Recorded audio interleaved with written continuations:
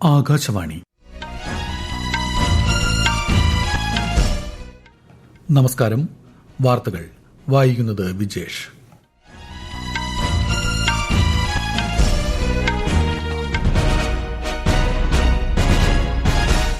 പ്രധാന വാർത്തകൾ.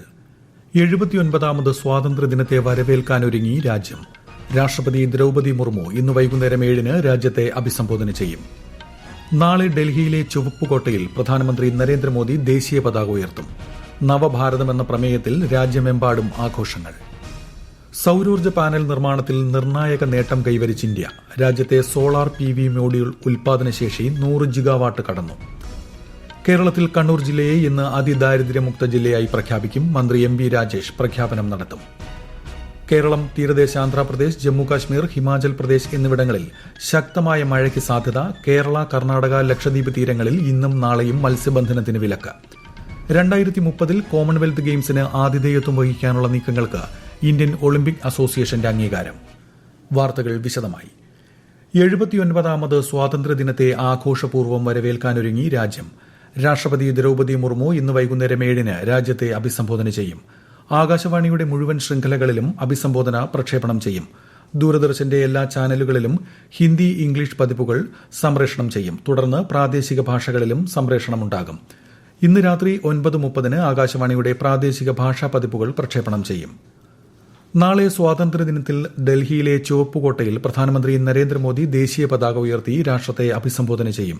2047ഓടെ വികസിത ഭാരതം എന്ന ലക്ഷ്യം മുൻനിർത്തി നവഭാരതം എന്ന പ്രമേയത്തിലാണ് ഈ വർഷത്തെ ആഘോഷങ്ങൾ. ന്യൂഡൽഹിയിലെ സ്വാതന്ത്ര്യ ദിനാഘോഷത്തിൽ സംസ്ഥാനങ്ങളിൽ നിന്നും കേന്ദ്രഭരണ പ്രദേശങ്ങളിൽ നിന്നുമുള്ള 210 പഞ്ചായത്ത് തല പ്രതിനിധികൾ പ്രത്യേക അതിഥികളാകും. സ്വാതന്ത്ര്യദിനത്തിൽ പൂർണ്ണ സുരക്ഷ ഉറപ്പാക്കാൻ വിപുലമായ സുരക്ഷാ ക്രമീകരണങ്ങളാണ് ഒരുക്കിയിട്ടുള്ളത്. സ്വാതന്ത്ര്യദിനത്തിൽ ചടങ്ങിൽ പൊതുജനങ്ങൾക്ക് പങ്കെടുക്കാൻ സൌകര്യമൊരുക്കുന്നതിനായി ഡൽഹി മെട്രോ പുലർച്ചെ 4 മണിക്ക് സർവീസുകൾ ആരംഭിക്കും. വിപുലമായ സ്വാതന്ത്ര്യ ദിനാഘോഷത്തിനൊരുങ്ങി സംസ്ഥാനങ്ങളും. തിരുവനന്തപുരം സെൻട്രൽ സ്റ്റേഡിയത്തിൽ നാളെ രാവിലെ 9-ന് മുഖ്യമന്ത്രി പിണറായി വിജയൻ ദേശീയ പതാക ഉയർത്തും. വിവിധ സേനാ വിഭാഗങ്ങളുടെ പരേഡിൽ മുഖ്യമന്ത്രി അഭിവാദ്യം സ്വീകരിക്കും. തുടർന്ന് വിശിഷ്ട സേവനത്തിനുള്ള രാഷ്ട്രപതിയുടെ പോലീസ് മെഡലുകൾ, ഫയർ സർവീസ് മെഡലുകൾ, കറക്ഷണൽ സർവീസ് മെഡലുകൾ, ജീവൻ രക്ഷാ പതകങ്ങൾ എന്നിവ മുഖ്യമന്ത്രി സമ്മാനിക്കും. ജില്ലകളിൽ നടക്കുന്ന ആഘോഷ പരിപാടികളിൽ മന്ത്രിമാർ ദേശീയ പതാക ഉയർത്തും. ഹർ ഘർ തിരങ്ക പ്രചാരണത്തിന് രാജ്യമെമ്പാടും ആവേശകരമായ പ്രതികരണം.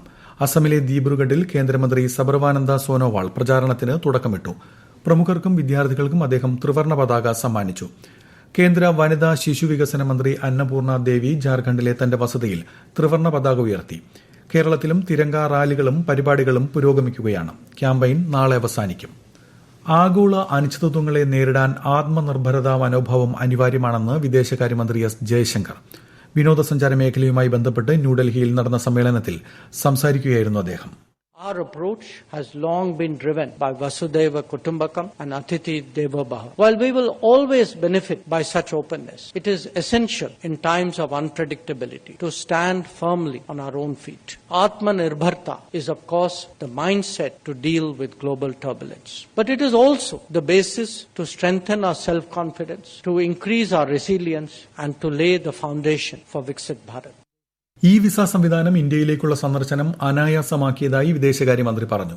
കഴിഞ്ഞ ഒരു ദശകം കൊണ്ട് വിമാനത്താവളങ്ങളുടെ എണ്ണം ഇരട്ടിയായതായും റെയിൽ ഗതാഗതം വലിയ മാറ്റങ്ങൾക്ക് വിധേയമായതായും ശ്രീ ജയശങ്കർ വ്യക്തമാക്കി. സൌരോർജ്ജ പാനൽ നിർമ്മാണത്തിൽ നിർണായക നേട്ടം കൈവരിച്ച് ഇന്ത്യ. രാജ്യത്തെ സോളാർ PV മോഡ്യൂൾ ഉൽപാദനശേഷി 100 ജിഗാവാട്ട് കടന്നു. 2014 ഇത് 2.3 ജിഗാവാട്ടായിരുന്നു. സ്വയം പര്യാപ്തതയിലേക്കുള്ള യാത്രയിലെ നാഴികക്കല്ലാണ് നേട്ടമെന്ന് പ്രധാനമന്ത്രി നരേന്ദ്രമോദി സമൂഹമാധ്യമത്തിൽ കുറിച്ചു.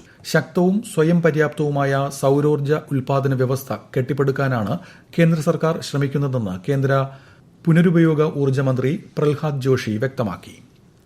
വിദേശകാര്യമന്ത്രി S. ജയശങ്കർ റഷ്യൻ വിദേശകാര്യമന്ത്രി സെർജി ലാവ്റോവുമായി ഈ മാസം 21-ന് മോസ്കോയിൽ കൂടിക്കാഴ്ച നടത്തും. സുപ്രധാന ഉഭയകക്ഷി വിഷയങ്ങളും സഹകരണത്തിന്റെ വിവിധ വശങ്ങളും ഇരു നേതാക്കളും ചർച്ച ചെയ്യുമെന്ന് റഷ്യൻ വിദേശകാര്യ മന്ത്രാലയം അറിയിച്ചു.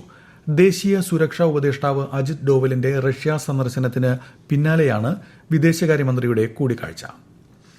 ചൈനീസ് വിദേശകാര്യമന്ത്രി വാങ് യി ഈ മാസം 18-ന് ഇന്ത്യ സന്ദർശിക്കും. 31 മുതൽ സെപ്റ്റംബർ 1 വരെ ടിയാൻജിനിൽ നടക്കാനിരിക്കുന്ന ഷാങ്ഹായ് സഹകരണ സംഘടന ഉച്ചകോടിയിൽ പങ്കെടുക്കാൻ പ്രധാനമന്ത്രി നരേന്ദ്രമോദി ചൈനയിലേക്ക് പോകുന്നതിന് മുന്നോടിയായാണ് സന്ദർശനം.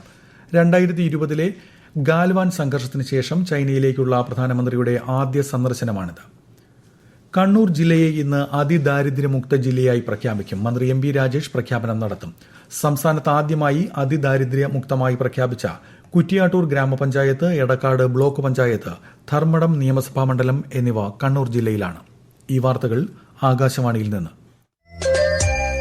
ആകാശവാണി വാർത്തകളും വാർത്താ അധിഷ്ഠിത പരിപാടികളും all India radio news Thiruvananthapuram YouTube ചാനലിലും at all India radio news Thiruvananthapuram Facebook പേജിലും AIR ന്യൂസ് _തിരുവനന്തപുരം ഇൻസ്റ്റഗ്രാം അക്കൌണ്ടിലും at AIR news _TVM X ഹാൻഡിലും ലഭ്യമാണ്. രാഷ്ട്രപതി ഭവനിലെ അമൃത് ഉദ്യാനത്തിന്റെ വേനൽക്കാല വാർഷിക പ്രദർശനം രാഷ്ട്രപതി ദ്രൌപദി മുർമു ഇന്ന് ഉദ്ഘാടനം ചെയ്യും. മറ്റന്നാൾ മുതൽ സെപ്റ്റംബർ 14 വരെ പൊതുജനങ്ങൾക്ക് സൌജന്യമായി ഉദ്യാനം സന്ദർശിക്കാം. രാവിലെ 10 മുതൽ വൈകുന്നേരം 6 വരെയാണ് പ്രവേശനം. ദേശീയ കായിക ദിനത്തോടനുബന്ധിച്ച് ഈ മാസം 29-ന് കായിക താരങ്ങൾക്കും അധ്യാപക ദിനത്തോടനുബന്ധിച്ച് സെപ്റ്റംബർ 5-ന് അധ്യാപകർക്കും പ്രവേശനം ലഭിക്കും. തിങ്കളാഴ്ച ദിവസങ്ങളിൽ പ്രവേശനം ഉണ്ടായിരിക്കില്ല. തെരുവുനായ വിഷയവുമായി ബന്ധപ്പെട്ട് അടുത്തിടെ നൽകിയ ഉത്തരവ് പുനഃപരിശോധിക്കുമെന്ന് സുപ്രീംകോടതി. ജസ്റ്റിസുമാരായ വിക്രം നാഥ്, സന്ദീപ് മെഹ്ത, NV അൻജാരിയ എന്നിവരടങ്ങുന്ന ബെഞ്ചാകും വിഷയം പരിഗണിക്കുക. ഇതു സംബന്ധിച്ച് ഇന്ന് കോടതി വാദം കേൾക്കും. ഡൽഹിയിലെ ജനവാസ മേഖലകളിൽ നിന്നും തെരുവുനായകളെ വന്ധ്യംകരിച്ച് സ്ഥിരം ഷെൽട്ടറുകളിലേക്ക് മാറ്റണമെന്നായിരുന്നു കോടതി നേരത്തെ നൽകിയ നിർദ്ദേശം. 2030 കോമൺവെൽത്ത് ഗെയിംസിന് ആതിഥേയത്വം വഹിക്കാനുള്ള നീക്കങ്ങൾക്ക് ഇന്ത്യൻ ഒളിമ്പിക് അസോസിയേഷൻ അംഗീകാരം. ഡൽഹിയിൽ ഇന്നലെ ചേർന്ന അസോസിയേഷൻ പ്രത്യേക പൊതുയോഗത്തിലായിരുന്നു തീരുമാനം.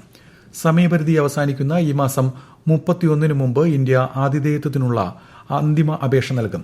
തീരുമാനത്തിൽ ഏറെ സന്തോഷമുണ്ടെന്ന് ഇന്ത്യൻ ഒളിമ്പിക് അസോസിയേഷൻ അധ്യക്ഷ PT ഉഷ പ്രതികരിച്ചു. Meeting is gone well and we have unanimously done the Commonwealth 2030 proposal to bid proposal. Because when you work together, then only you will get the result. So I am so happy today. Maybe we have a lot of facilities in most of the places. Ahmedabad it is there, Bhubaneswar it is there, and that we have yet decided actually. So that will be coming very soon.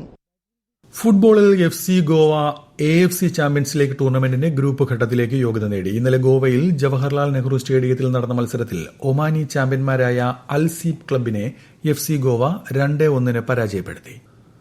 Jammu Kashmir, Himachal Pradesh, കിഴക്കൻ മധ്യപ്രദേശ്, വിദർഭ, തീരദേശ ആന്ധ്രാപ്രദേശ് എന്നിവിടങ്ങളിൽ കനത്ത മഴയ്ക്ക് സാധ്യതയെന്ന് കേന്ദ്ര കാലാവസ്ഥാ വകുപ്പ്. ഉത്തരാഖണ്ഡിലും അടുത്ത ദിവസങ്ങളിൽ ശക്തമായ മഴയ്ക്ക് സാധ്യതയുണ്ട്. ഹിമാചൽ പ്രദേശിൽ കുളു ജില്ലയിലെ 3ഇടങ്ങളിലുണ്ടായ മേഘവിസ്ഫോടനങ്ങൾ തീർത്ഥൻ താഴ്വരയിലും സമീപത്തുള്ള ഗ്രാമപ്രദേശങ്ങളിലും വെള്ളപ്പൊക്കത്തിന് കാരണമായി. ബീഹാറിൽ വെള്ളപ്പൊക്കത്തെ തുടർന്ന് ഭഗൽപൂർ, ബഗുസരായി, പട്ന തുടങ്ങിയിടങ്ങളിൽ കനത്ത നാശനഷ്ടമുണ്ടായി. ബംഗാൾ ഉൾക്കടലിൽ ന്യൂനമർദ്ദം രൂപപ്പെട്ട സാഹചര്യത്തിൽ കേരളത്തിൽ അടുത്ത 4 ദിവസം മഴയ്ക്ക് സാധ്യത.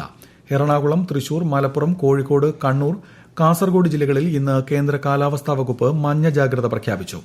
കേരള, കർണാടക, ലക്ഷദ്വീപ് തീരങ്ങളിൽ ഇന്നും നാളെയും മത്സ്യബന്ധനത്തിന് വിലക്ക്. യുക്രൈനിലെ സമാധാനത്തിന് തടസ്സം സൃഷ്ടിച്ചാൽ കടുത്ത പ്രത്യാഘാതങ്ങൾ നേരിടേണ്ടി വരുമെന്ന് US president Donald Trump Russian president Vladimir പുടിന് മുന്നറിയിപ്പ് നൽകി. വെള്ളിയാഴ്ച അലാസ്കയിൽ നടക്കാനിരിക്കുന്ന കൂടിക്കാഴ്ച ഫലം കണ്ടില്ലെങ്കിൽ കർശന നടപടിയുണ്ടാകുമെന്നും ട്രംപ് സൂചന നൽകി. ഇന്ത്യയ്ക്കുമേൽ അമേരിക്ക ഏർപ്പെടുത്തിയ ഉയർന്ന ചുങ്കത്തിന്റെ ആഘാതം ഹ്രസ്വകാലത്തേക്കായിരിക്കുമെന്ന് മുഖ്യ സാമ്പത്തിക ഉപദേഷ്ടാവ് V. അനന്ത നാഗേശ്വരൻ. രത്നങ്ങൾ, ആഭരണങ്ങൾ, ചെമ്മീൻ, തുണിത്തരങ്ങൾ എന്നിവയുടെ കയറ്റുമതിയിലാകും പ്രാരംഭഘട്ടത്തിൽ പ്രശ്നങ്ങൾ നേരിടുക. ചുങ്കങ്ങളുടെ ദീർഘകാല ആഘാതം പരിമിതമായിരിക്കുമെന്നും അദ്ദേഹം മുംബൈയിൽ പറഞ്ഞു. പ്രധാന വാർത്തകൾ വീണ്ടും. 79ാമത് സ്വാതന്ത്ര്യദിനത്തെ ആഘോഷപൂർവ്വം വരവേൽക്കാനൊരുങ്ങി രാജ്യം. രാഷ്ട്രപതി ദ്രൌപദി മുർമു ഇന്ന് വൈകുന്നേരം 7-ന് രാജ്യത്തെ അഭിസംബോധന ചെയ്യും. നാളെ ഡൽഹിയിൽ ചുവപ്പുകോട്ടയിൽ പ്രധാനമന്ത്രി നരേന്ദ്രമോദി ദേശീയ പതാക ഉയർത്തും. നവഭാരതം എന്ന പ്രമേയത്തിൽ രാജ്യമെമ്പാടും ആഘോഷങ്ങൾ. സൌരോർജ്ജ പാനൽ നിർമ്മാണത്തിൽ നിർണായക നേട്ടം കൈവരിച്ച ഇന്ത്യ. രാജ്യത്തെ സോളാർ PV മൊഡ്യൂൾ ഉൽപാദനശേഷി 100 ജിഗാവാട്ട് കടന്നു. കേരളത്തിൽ കണ്ണൂർ ജില്ലയെ ഇന്ന് അതിദാരിദ്ര്യമുക്ത ജില്ലയായി പ്രഖ്യാപിക്കും. മന്ത്രി എം. രാജേഷ് പ്രഖ്യാപനം നടത്തും.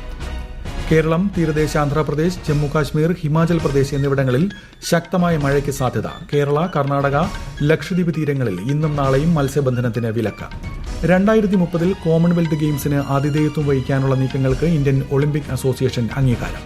വാർത്തകൾ കഴിഞ്ഞു. അടുത്ത വാർത്താ പ്രക്ഷേപണം ഉച്ചയ്ക്ക് 12:30.